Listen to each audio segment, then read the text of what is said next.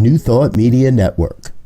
We are a global broadcast network of positive music, media, and entertainment, inspiring humanity's evolution along the journey of enlightenment and creating a world of love, peace, empowerment, and prosperity for all. New Thought Media Network. Positively inspiring.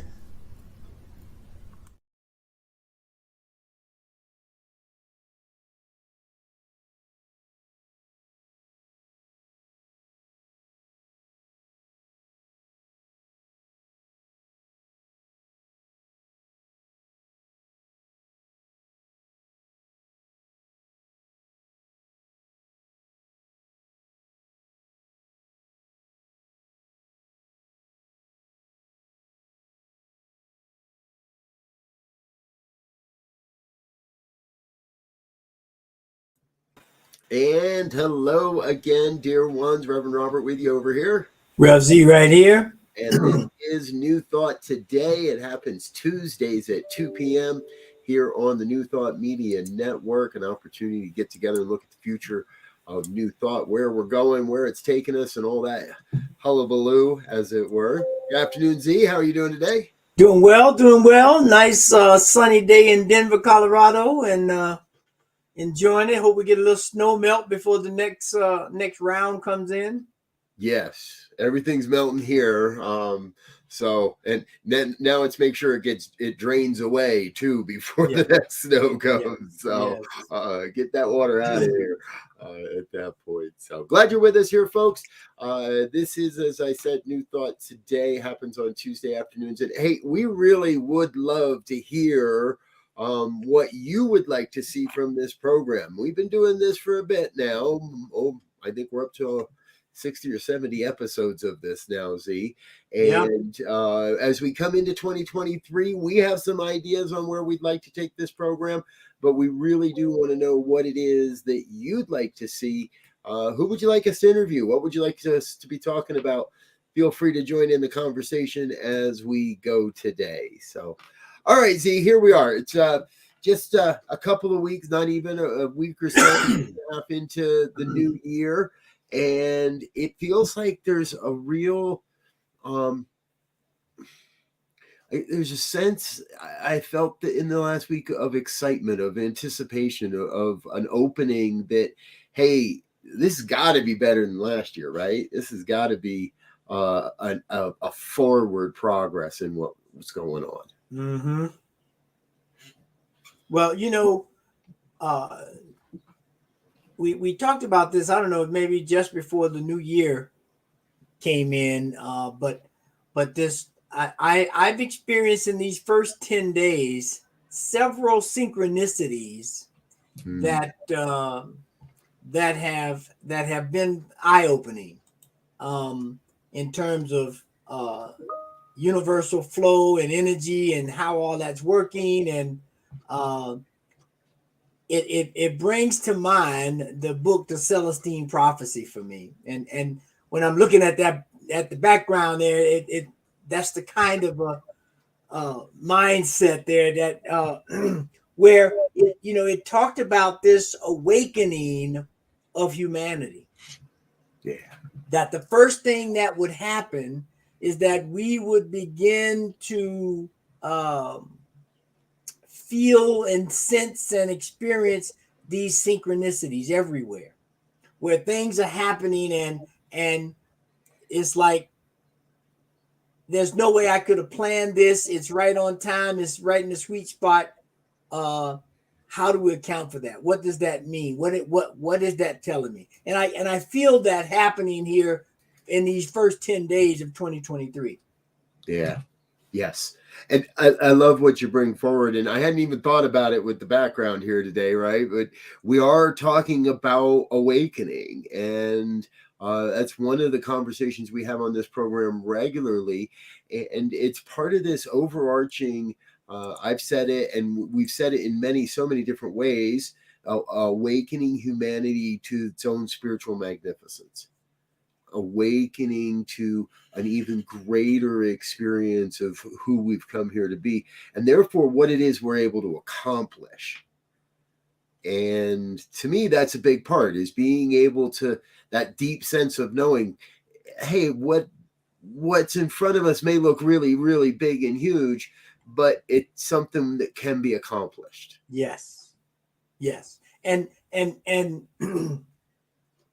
that, if it just continue with that Celestine prophecy thing, the next thing was this sense of historical perspective, right? That as these synchronicities happen, they begin to awaken us to some of these historical principles, these historical events. And the thing that really hits me with that, as the story goes, it said, after people had their disagreements with the early church, and they found out that that the earth was not the center of the universe, everybody was in a panic.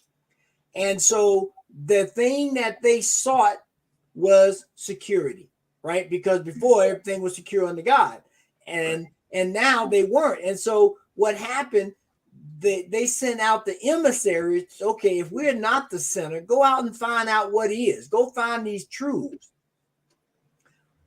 And so now we're in 2023, right? And people have gotten so stuck in the security, and now all those answers are coming back. All the spiritual truths, all the universal science truths, all of these truths are coming back, but we are so stuck on the security that we don't want to give up the power, the money, the things, the toys, because they make us feel secure. But now that the information is coming back, we know for sure that is not security. Yeah. Well, and I think now we're hitting on to one of these pieces, that because that sense of insecurity has multiplied and mutated and taken on different form. And I think that's a big part of what we're seeing right now. Yeah. Not just in America anymore. The events in Brazil of this past week point directly to a deeper sense of insecurity among some aspects of society. Yes. And that insecurity has boiled over now. It doesn't look like the traditional insecurity. It is actually an unhealthy reaction type behavior to that deeper inner feeling of it. And most of the people displaying this, I don't think would even be able to recognize that it's actually an insecurity that they're feeling. Right. And so what winds up happening is we get this way of Insecurity acting out. Sometimes it looks like strength, right? Where you start bullying people. But we know that's an insecurity, right? Because the truth is the truth, and you don't need to accentuate it. You don't need to do anything. It stands on its own. Right. Yes. And that's where we get the problem, is that, okay, when are we gonna awaken to the true humanity of everything's together, everything's one, we're all connected? I think, and that is one of the perennial questions of this philosophy. If everybody is awakened, we wouldn't have a job left, right? We would.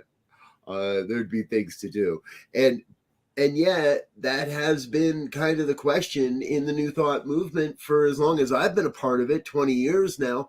Why don't more people know about us? How can we get more people to know about us? Why are we the best kept secret in the universe? Why does nobody show up more? How many people buy into the revolving door aspect of our communities and our centers, where what we really have, and maybe this is my own answer, it's not a shortcut, it's not a quick road. But what we have is a path of enlightenment, if you're willing to spend the time on the road, on the path. Yes. And I think we may have to do a couple of series on this Celestine prophecy, really, because Yeah. It may have been 40 years almost too early, right? Because it came out in the 1980s. Yeah. And I read it. I think around the early 1980s, late 80s, but it speaks to all of the things that are happening now in that, because the next thing is trying to connect with the subtle energy. And that's what the synchronicities are telling us, that when we connect with these subtle energies, when we're in the bright, when we're breathing right, when we're eating right, when we're exercising, when we're resting right. And there's no magic number because we know it's a composite. But when we're working on those alignment points, the subtle energies make themselves known. And that's when the healings happen. That's when the insight happens. That's when the awakening happens. And that's what we have to begin to share with others, in that here is a blueprint. It's not here's a blueprint or a roadmap, or however you want to say it, that there's some latitude in here, but these are the things that's going to put you where you want to be. Right. Well, yeah, you don't get to Albuquerque if you go north from Denver. You got to know, you got to have an idea of where you're headed and where you want to get to. Yeah. Focus on what we want, and the how we get there emerges and reveals itself. Mm-hmm. And when we look at these subtle energies and everything, and because that ultimately leads into the source of all energy, right? And so just an example of that, of the misunderstanding of where the true source is and how we tap in, is that we look at the House. Took 15 votes to get McCarthy in. Everybody's vying for power, but the real power is from the divine. Right. And so, I mean, we had people in there that they had to be restrained. They were going to physically hit each other. And I mean, it got really, really tense or intense in that place, or both of them probably tense and intense. Yep. As they tried to vie for power. But when you understand where the true power is, you can have intelligent conversations, you can have debates and disagreements, and come to a conclusion that allows everybody to tap in. Yes, exactly. Hey, Sharon's chiming in and joining the conversation. Thank you, Sharon, for joining us. And she says, "What we name, we claim. So why are we surprised the declaration of the We Are the Best Kept Secret is demonstrated?" Exactly. That's exactly what we're talking about. The subtle energetic movements where and you don't even have to say it. Now, I don't hear that. I want to be honest. I don't hear that as much in centers and communities that I visited and that I interact with as I used to. Right. I used to hear that. Now, what I do hear is, hey, perhaps this is what I'm listening for too, right, folks? But what I do hear is there's a new way. Mm-hmm. And we are ready to step up and be bold and to not buy in to the limiting paradigm that we're the best kept secret anymore. But it does, it takes a little time to turn the ship. It takes a little time to shift our consciousness and to get everyone on board with the concept that, wait a minute, I still hear it about a world that works for everyone. And you say that, and there's immediately, even in our own movement, even in the New Thought movement, there's people that are like, well, and my response is always the same, and it's like, yeah, and we're never going to get there with that attitude. Right. And as you know, and we should try to get, what's his name?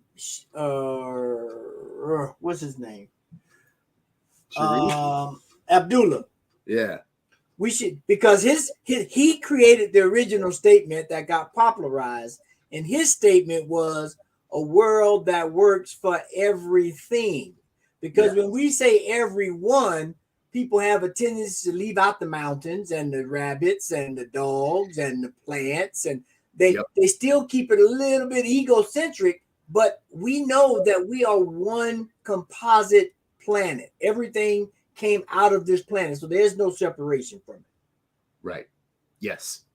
Hey, let's also say a quick hello to Lou. I think it's Lou Ease. I'm not sure there. A great conversation that you're having. Glad to know that you're recording some music. We look forward to that. Feel free to drop us a copy at info@ntmedia.org. Yeah. And we can see about getting it on our radio station. So yeah. All right, Z, we're going to take a quick break, let a couple of our sponsors say hello and thank you, and say thank you to a few of the people that make this happen. Folks, if you're wondering what you stumbled in on, this is New Thought Today here on the New Thought Media Network. We're going to take a quick minute, grab a drink of water. We'll be right back with more. Stay tuned. We're coming right back in just a minute.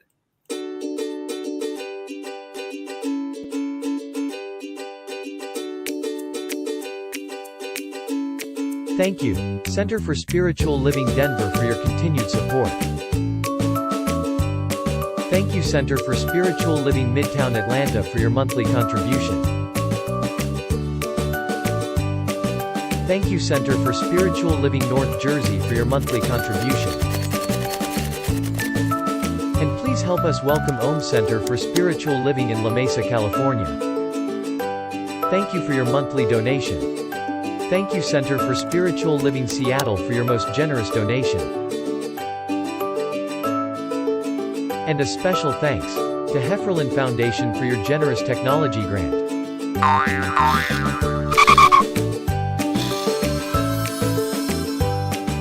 And Suze Ajit, thank you for your very generous donation. And a super special thank you to Dr. Tracy Brown, RSCP. Thanks for being a super donor. And a big shout out to all our committed donors.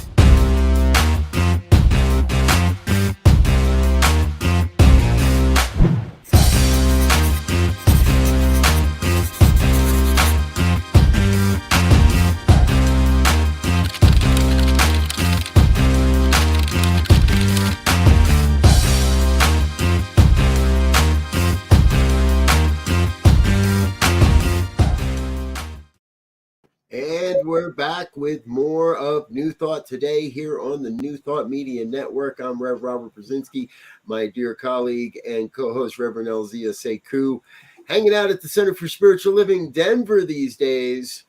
You're building something good there, Z. Tell us a little more. Yeah, well, we starting at the beginning of the year, we went into full-time meeting on Sunday, so that's great. And we got a special guest coming up on the 22nd. We have Jamie Lula is going to be in the house. So if you're in the vicinity, make it your business to be there at 216 Grant Street at the historic Grant Avenue Community Center and Sacred Space at 10 o'clock. It's going to be a blast and a great way to continue this synchronistic energy. Jamie is a master at raising the vibration. And so I think it's going to be as my friend from Soul Train used to say, it's going to be a stone cold gas. So be there and get your soul revived. New Thought Today, and we're referencing Soul Train. I love it.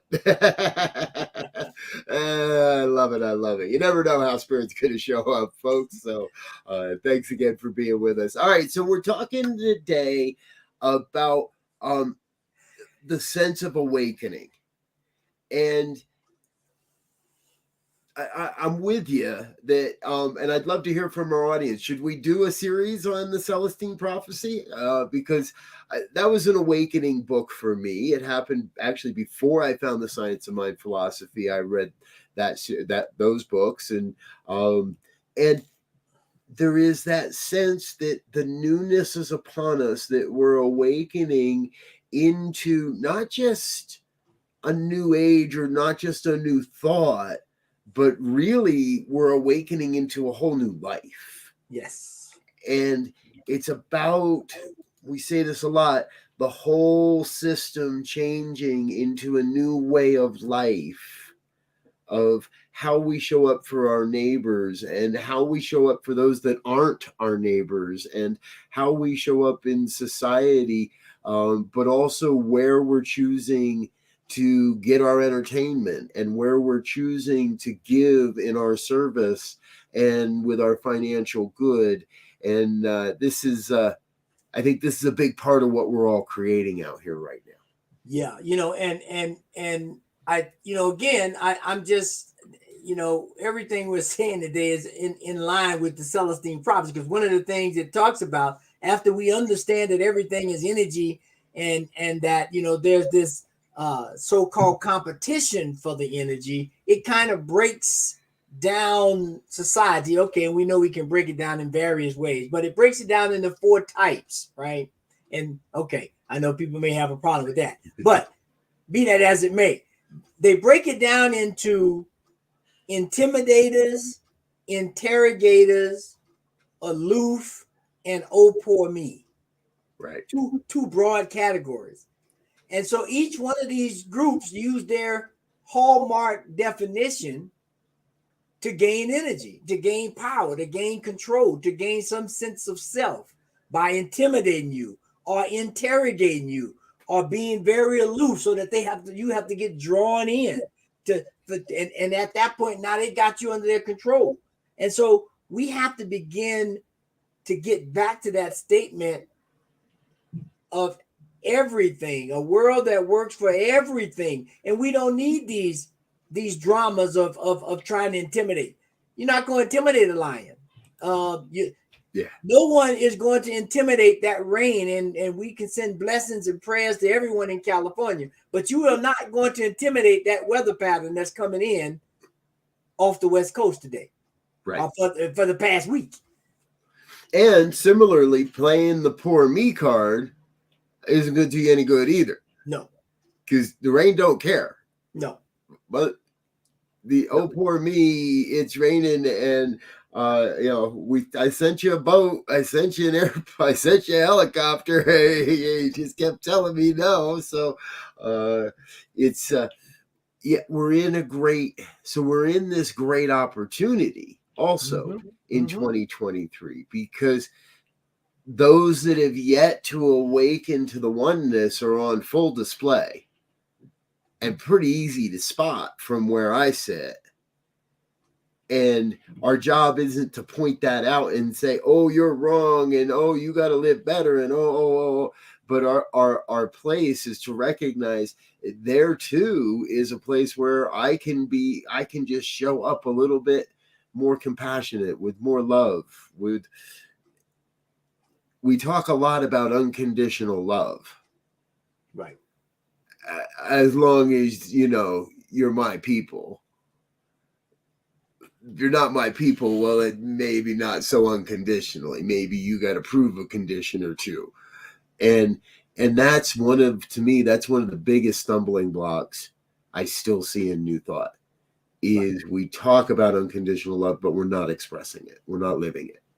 Right. And which speaks to the background that we have in 2023 is all the opportunities for us to express love, to express compassion, to uplift humanity, to uplift ourselves, and in some cases take a bow. If you've done something that's worthy, take a bow. That's what Nobel Peace Prizes and things like that are for. When someone has done something worthy that has affected or is affecting humanity, we recognize it. We don't just say, oh no, you don't, doesn't merit anything. No, but we keep it in perspective. We keep it in a way that it builds not only individual character, but inspires others to develop their character to support the life and the existence of everything.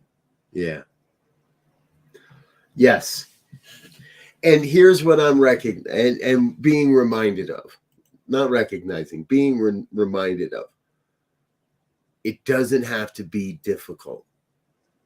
It doesn't have to be a huge grand gesture. It can be something that just in its own small way, maybe it doesn't even seem to move the needle, and yet it probably does. Mm-hmm. And that's what,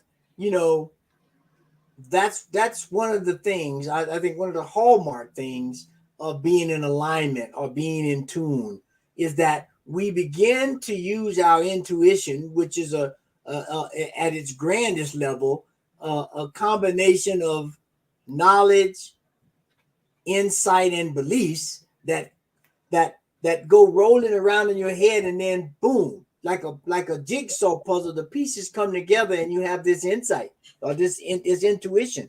And so the times are right now, the energy is right now for us to lean into that, to lean into being more aware, to lean into seeking knowledge, not to prove somebody wrong, but to understand this universe we're living in and how we are to operate within it. Right. Exactly. I'm reminded, it kind of sounds, because you know me, and for years, I'm like the anti-resolution guy. I'm not going to sit around and make a bunch of resolutions to get to the gym when I don't like the gym. Just plain and simple. It's not anything against the gym. I just don't like it. I'd rather do something else, and I'll find something else to do. But we make these supposed commitments to ourselves that oftentimes aren't, that feel forced, that feel coerced. And yet here we are, second week, 10 days into January, and I'm recognizing, no, we do need to make that resolution to ourselves, not to prove somebody else wrong, but to be okay with proving that I'm right. Mm-hmm. To be okay with proving that I do know how to use these principles, and that these principles and these practices do work, and that having sense of control over the conditions of my life is not some hopeful, wishful, oh yeah, maybe someday type of dream, but is the direct manifestation of the co-creative process. And I am compelled to live this, to be the demonstration of it. Right. And when we can do that from that kind of perspective, I believe that we fall into this space of, not only do we realize we have to relate to everything around us, we want to relate to everything around us. Yeah. Because, the conditions and the soil composition and everything for orchid is quite different from sunflowers. Right. And so we don't go around having sunflowers make resolutions to be orchids. That would be a problem. And so we begin to understand that there are beauties and intricacies and properties of a sunflower, just as they are for orchids, and both have their purpose and place in the right timing, in the right understanding, and everything feeds everything. And so when we can begin to live that kind of a life, a lot of stuff, you won't have to do anything. It'll just fall away. Right. Yes. You gave me kind of a weird imagery of big 8-foot tall orchids. It's kind of a little scary. I'm just going to be honest with you, but yeah, we need what, and I joke, excuse me. However, this is that reminder that we don't have to know exactly how everything's going to unfold to get us to where we want to get to. Yeah. Our work really is to stay focused on what it is we want.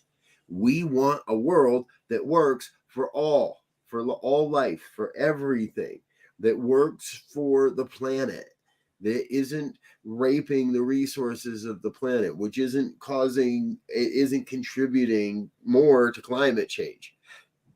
If the poles flip, the poles flip. That's going to be a natural occasion.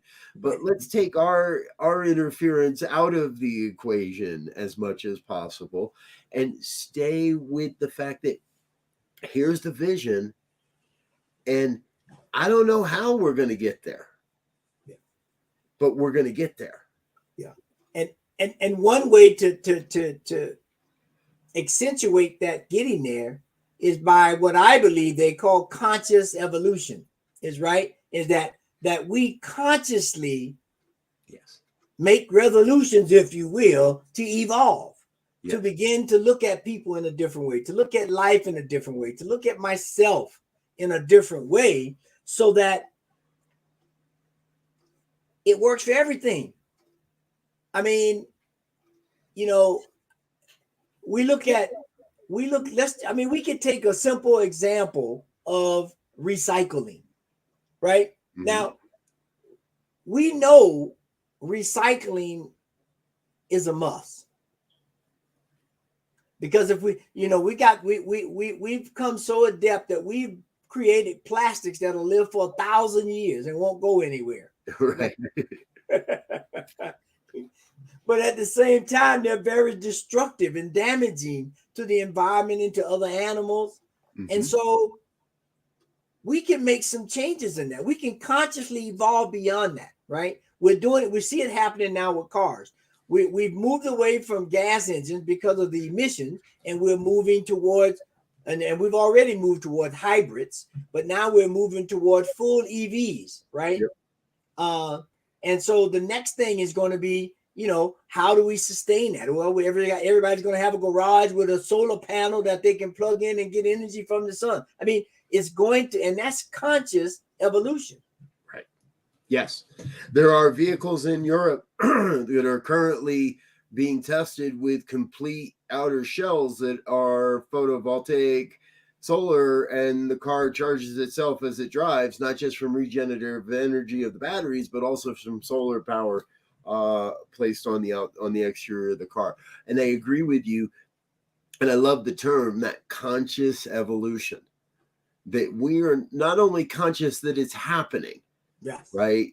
When primordial life climbed out of the ooze and onto land, I'm not sure how incredibly conscious it was of its evolution. It was just following the natural order.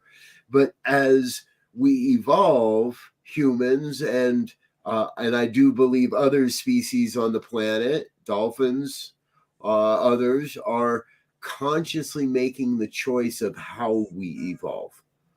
We're not just haphazardly evolving any longer. Mm-hmm. We're making that conscious choice to say, I am going to do whatever is in my power so the next generation and the next is moving into that place of more compassion, more love, more a deeper sense of the oneness, a deeper sense of stewardship for the planet rather than disdain. Yes. Yes. And in a lot of ways, the technology and the way we use it helps shape, or at least steers, consciousness in certain directions, right? Yeah. So that for me, that says two things. That means, one, there's the old thing, there's two sayings: measure twice and cut once. And then there's the other one that say trust but verify, right? We have to begin, not in a malicious way that we don't, but we have to begin to look at how technology is steering us and see if that's the best use of that technology. Right. Or if there's some other properties or other principles or other ways that technology can lead us or be used so that we have a wider viewpoint than a narrower viewpoint. Yep. I'm not a real big fan of what's going on at Twitter right now, but what you're expressing it can be seen through that lens. Many are vilifying Twitter. Many are saying that we don't need Twitter anymore. Many are saying that it's now a corrupt entity. And many that are saying that forget or never were awakened to the truth that much of the social uprisings of the last 10 years relied on Twitter because of government interference and other communication channels. And it was the only way for people to stay connected, to organize, and to stand up for themselves as humans and to stand up for their human rights. And so it's easy to lose a little bit of the track of that sometimes in the, oh, my perspective is limited to the fact that this is just filling my world with more hate and vitriol than I would prefer. I would like.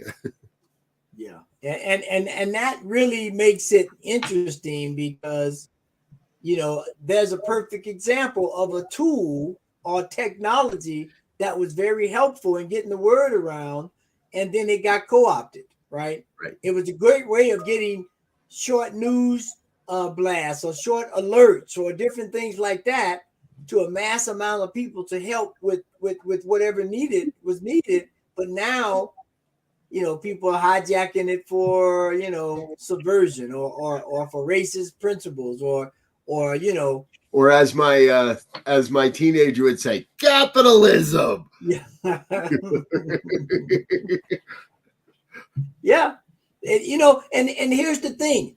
We can look at nature and we know that there is a thin line between any 2 points. Right. That tipping point, if you will, is very thin, right? And so when we that whole idea of walking the razor's edge, right, speaks to that, to is how do we position ourselves and how do we utilize these things so that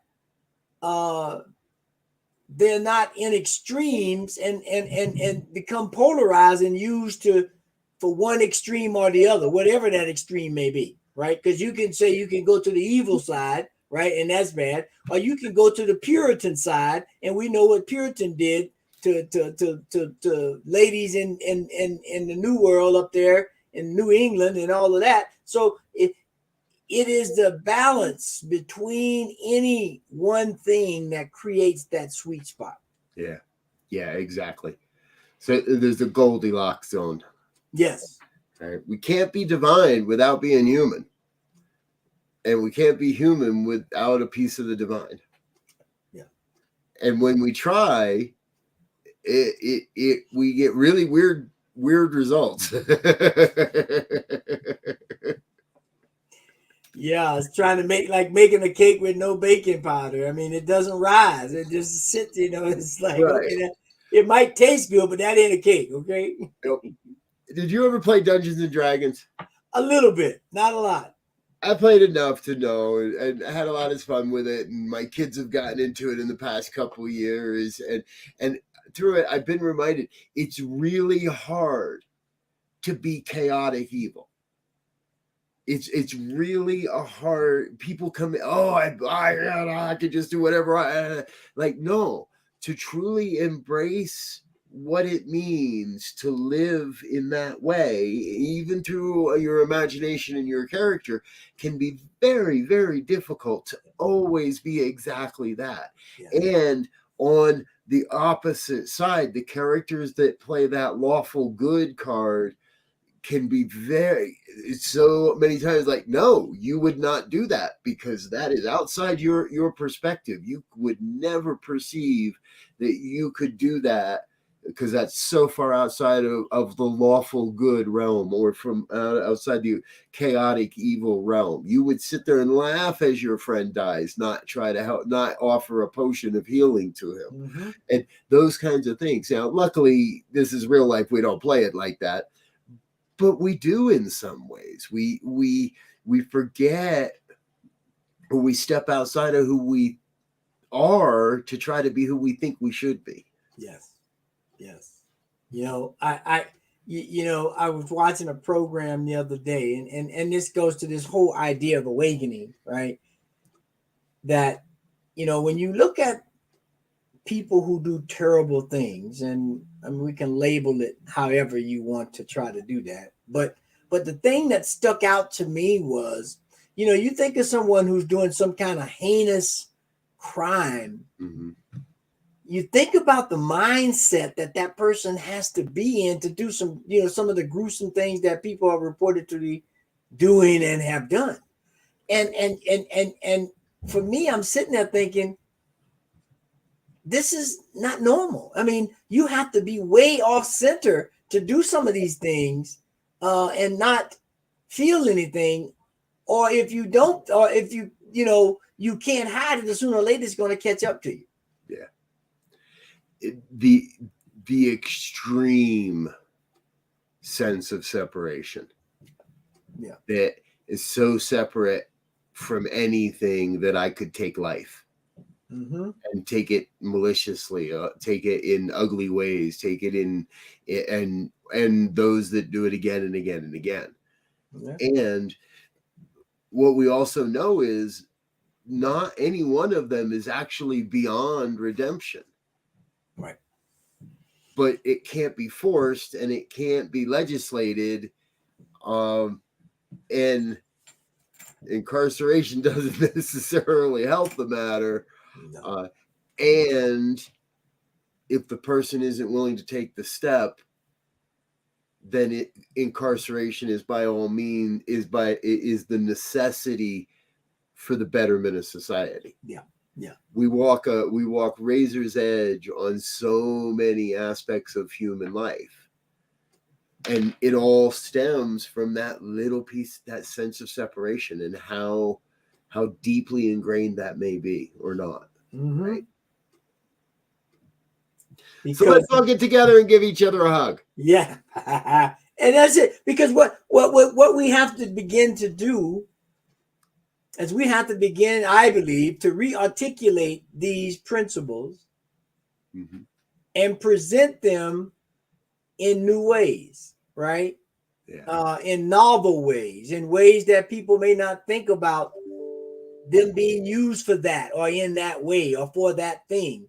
Because when that happens, we begin to see that these principles don't just cover one little narrow perspective of life, spirituality, right? It can cover all aspects of life: family, job,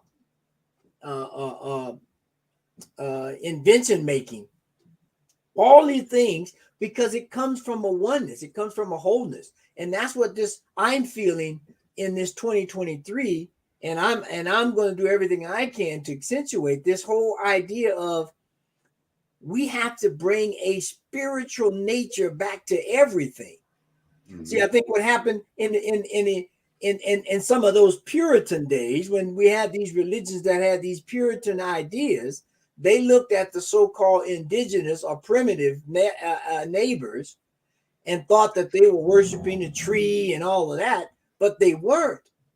They were recognizing the spirit of all things in those things. Right. And they were able to articulate that and sing to that and dance to that and pay homage to that, which kept them in line with everything else. Yep. And the moment that went away, we start having deforestation and not taking care of the land or not taking care of the animals, which leads us to a place of utter destruction. Yeah. Exactly. I love the analogy you're making, because we're still there in some ways. There are those that recognize the sanctity, the sacred nature of the planet, of the trees and such, and then there are those that simply see the dollar signs of the resources. Yes. Folks, we're not against prosperity. We're not against people having what they need financially and having enough money for all of that. And I've said it before, and many will say it as well, being a billionaire is a moral failure. It is such a degree of sense of separation that it's ridiculous, because you get to a point where there's no way you could possibly benefit from hoarding that much, when that much could do so much good in so many other places.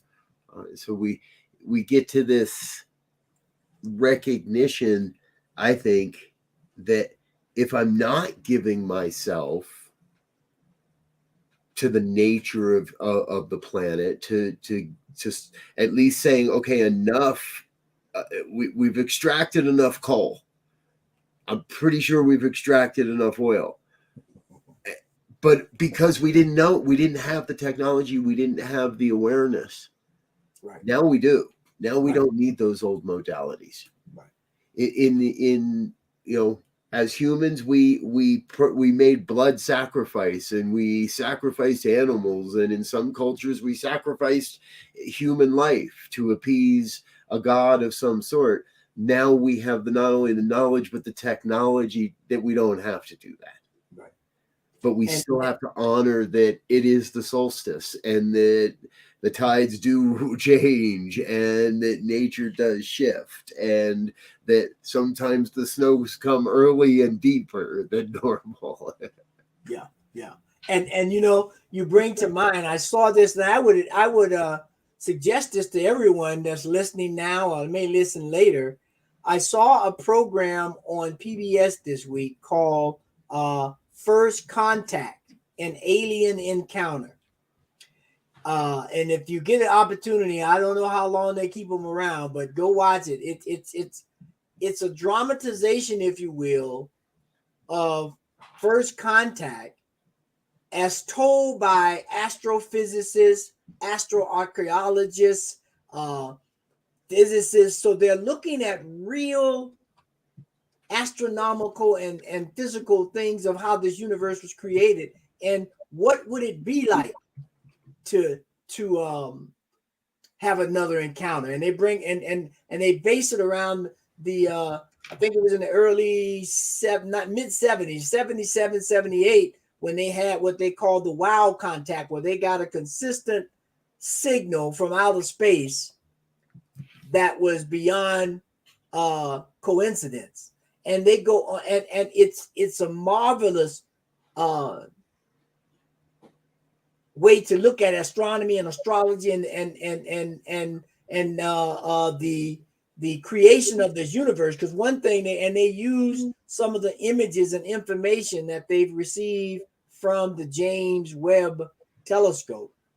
Okay, what's this called again now? First Contact. Give us First Contact and an Alien Encounter. An alien encounter. Okay. And the one thing they say that the Webb telescope has found the remnants of what was a society or a galaxy or whatever that's 8 billion years old. Wow. Our which is twice the amount of time of ours.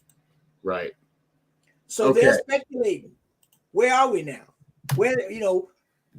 And so they do a really good thing on this program. I would advise everybody to watch it, because it speaks to just what we're talking about, a world that works for everything and for everybody, because we know the whole world.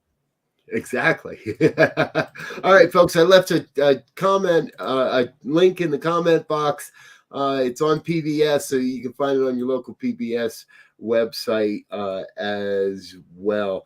And our new friend Lou is saying in the comments, one day after a very intense prayer, I saw the trees like worshiping God as they waved with the wind, which is like the spirit, invisible, but you can feel it. Exactly. And that's very much in alignment with our entire conversation today, focused around parts of the Celestine prophecy, because that was one of those early warning signs, early awakening signs as well. Our early awakening is that we can see and sense that ebb and flow between the natural and the man-made, if you will, that we can that we come to sense that our plants are responding to us, and that our animals are conscious and aware, and that they are just as easily influenced by our feelings and our emotions as anything else. And this has been I think we're going to have to work up a retrospective, a revisiting of the whole series there. Yes. Because, I mean, the one key point that I always loved from the Celestine was that they sent out the emissaries to go and find these questions that were puzzling mankind. and it took them hundreds of years, right? Yeah. Because Celestine prophecy, you know, the time frame was of Pope Celestine the First, which was back in like the 9th or 10th century, if I got my history correct. So now we're talking a long ways away from the 9th and 10th century. We're in the 21st century now. Yeah. And the answers that we were seeking are definitely coming back when we look at heart coherency and coherency in the universe. And we look at photons being correlated. And if they, once they're correlated, they can move faster than the speed of light, if they're even across galaxies. All of this information is coming back. And we are not utilizing it as best we can. All right. You sold me. Problem is, I just moved into a new place. All my books are still in crates and stacks, and my bookcases aren't put together. It's going to take me an hour to go find the book now. That's all right. That's all right. I know it's here somewhere. I promise. And so we have a great opportunity in 2023, I believe. And that is something that we've talked about before and has been talked about globally. But for us to really self-actualize, I think the conditions are right. I think the recent past history has opened our eyes to a concept that we are not invulnerable. We are vulnerable. Right. And that in a moment's notice, in the blinking and twinkling of an eye, whatever you think you have can be gone. Right. And so for me, it's just a reminder to say, hey, we know the only thing we're guaranteed once we get here is to leave here. Yep. And that we should use this time to the utmost to be the best that we can, to do the best that we can for the most people that we can and the more things that we can, so that we begin to create this world that works for everything. Oh, yeah. That's my thought. Oh, yeah. You've got it, because it is, right? This is the gift of the pandemic, is if you were not awakened to the fragility of life, if you were not awakened to the impermanence of life over the last 3 years, you've had your head in the sand, that's for sure. Because, or you're real good at denying the truth. Because the truth is, we're not here forever.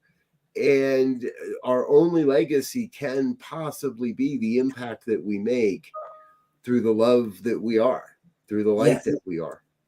Yes. And that, I mean, everything points to that.